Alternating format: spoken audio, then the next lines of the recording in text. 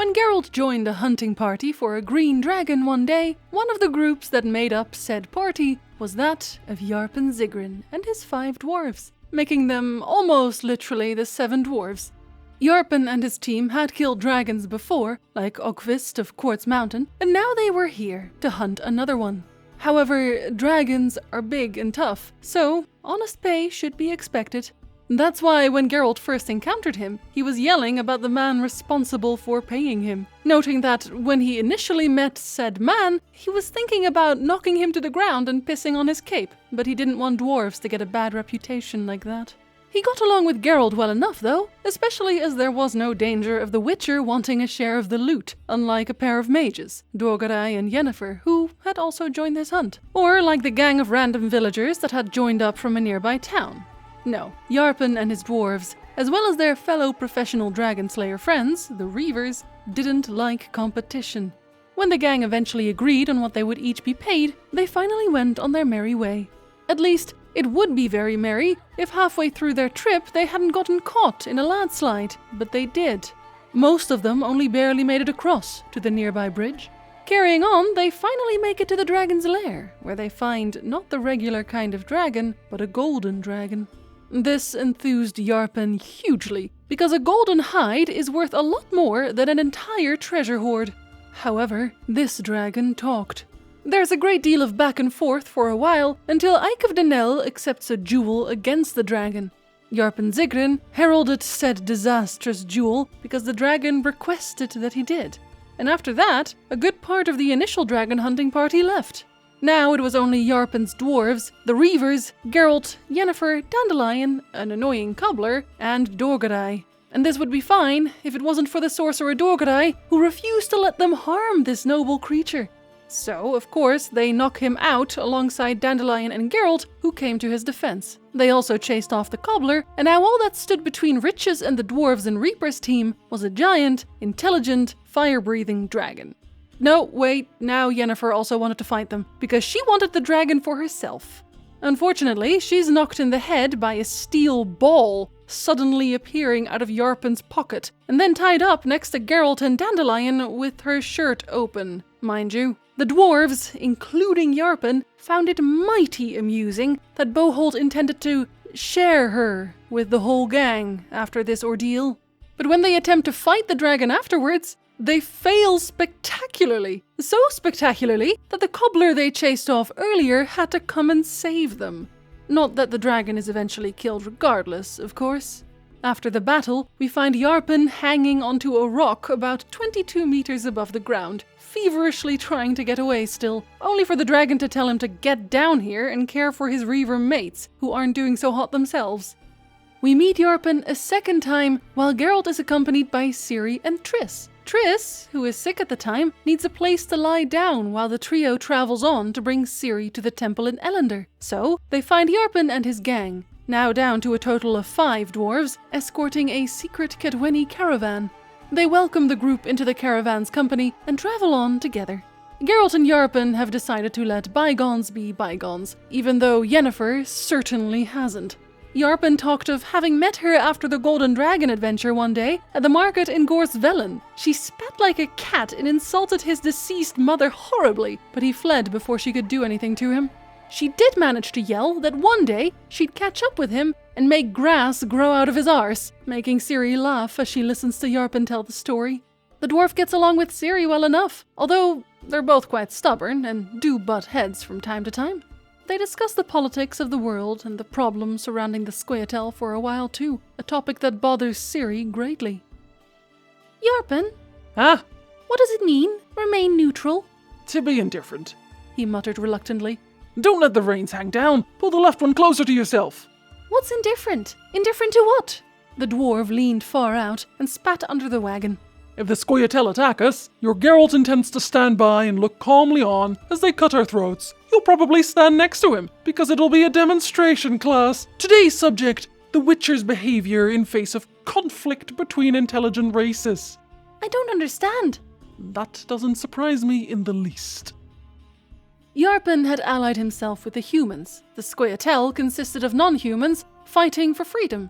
So, they disagree with that choice. But Yarpen notes that the elves weren't always this chummy with the dwarves. Only now that they had a common enemy did they feel the need to include them in their cause. The elves and dwarves had had wars between one another before this too, because they'd been around long before the humans had arrived. But now there are far more people than there are you. Because you multiply like rabbits. The dwarf ground his teeth.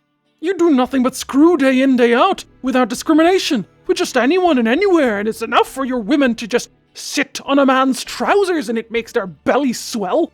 Why have you gone so red? Crimson as a poppy. You wanted to know, didn't you? So you've got the honest truth and faithful history of a world where he who shatters the skulls of others most efficiently and swells women's bellies fastest reigns. And it's just as hard to compete with you people in murdering as it is in screwing. As they carry on, the dwarves get more and more anxious about spending this much time in the forest. They could be attacked by a Scoia'tael unit at any time, and when a band of Kaedweni soldiers passing by tell them that Scoia'tael have indeed been spotted nearby, they only get more nervous. Thankfully, there's still time to eavesdrop on Triss and Geralt, something Ciri reprimands Yarpen for. It's not nice to eavesdrop. I know, and it's dangerous. I only just managed to jump aside when you threw out the suds from the bucket. Come on, let's go and see how many trout have jumped into Regan's breeches. Yarpen? Huh? I like you. And I like you, kid. When Ciri brings up the Scoia'tael to Yarpen again, he decides to simply state that he doesn't think anyone should be killing anyone, that we should all be trying to live together, peacefully. After all, we're not so different in the end.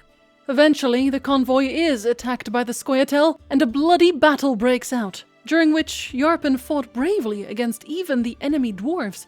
But when the dust settled, it turned out that Yarpen and his friends had been had. There was no secret transport to Kaedwen. The barrels they carried contained nothing of value, nothing but rocks. Kaedwen had set out to test Yarpen and his dwarves to ensure that they were trustworthy, and now they paid the price. "It was necessary, Zigrin," said the knight.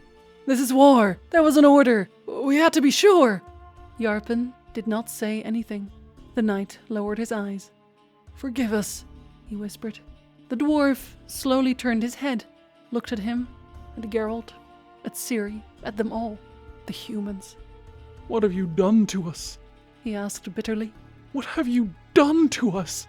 What have you made of us?" No one answered him. Yarpen would later join the volunteer army of Mahakam, fighting in the war against Nilfgaard during the Battle of Brenna, where all was decided and the dwarves played an instrumental role. He even survived the whole ordeal, and in the end sat down for a beer alongside Geralt in Rivia, with the rest of his dwarven friends. He asked Geralt about Ciri, of course, who Geralt assured him would be along soon.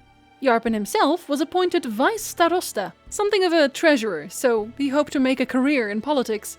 They spoke of progress in the world, of politics and the end of witchers, all the while eating a feast worth of food, until a small dwarf ran into the tavern they were eating in, completely out of breath. A pogrom had started. A pogrom in which Geralt of Rivia would fight to defend the non-humans, only to be cut down by a simple peasant. As he lay dying, his dwarven friends came to his aid, dispersing the crowd with their battle axes. But as we know, Geralt died that day, and was brought back only through the magic of Ciri and a unicorn combined. But Geralt could not stay in this world, and so Yarpen, as well as Geralt's other comrades, carried his body into the magical boat that would take him away forever. "Something has ended," said Dandelion in an altered voice. "Something is beginning," Yarpen Zigrin chimed in. We don't meet Yarpen again until The Witcher 2, where he sided with the non-human town of Vergen to fight for freedom, which, no matter how the game turns out, proves to be a futile fight. Whether he survived the Nilfgaardian invasion afterwards, we don't know. But I'd like to think he left for Mahakam to finally start that career in politics. I'm sure you're not surprised, but we're not doing skits at the end cards today either. I am so sorry. My Patreons are getting titles today. I hope you appreciate those too. Walguy the Illustrious, Robertson the Enlightened, Lochmoin the Fierce, MJ Coolsta the Impressive, Septic the Catist, Mike Zweers the Unrelenting, Adrian Packle the Impeccable, Ray the Fortuitous, Freeman the Wise,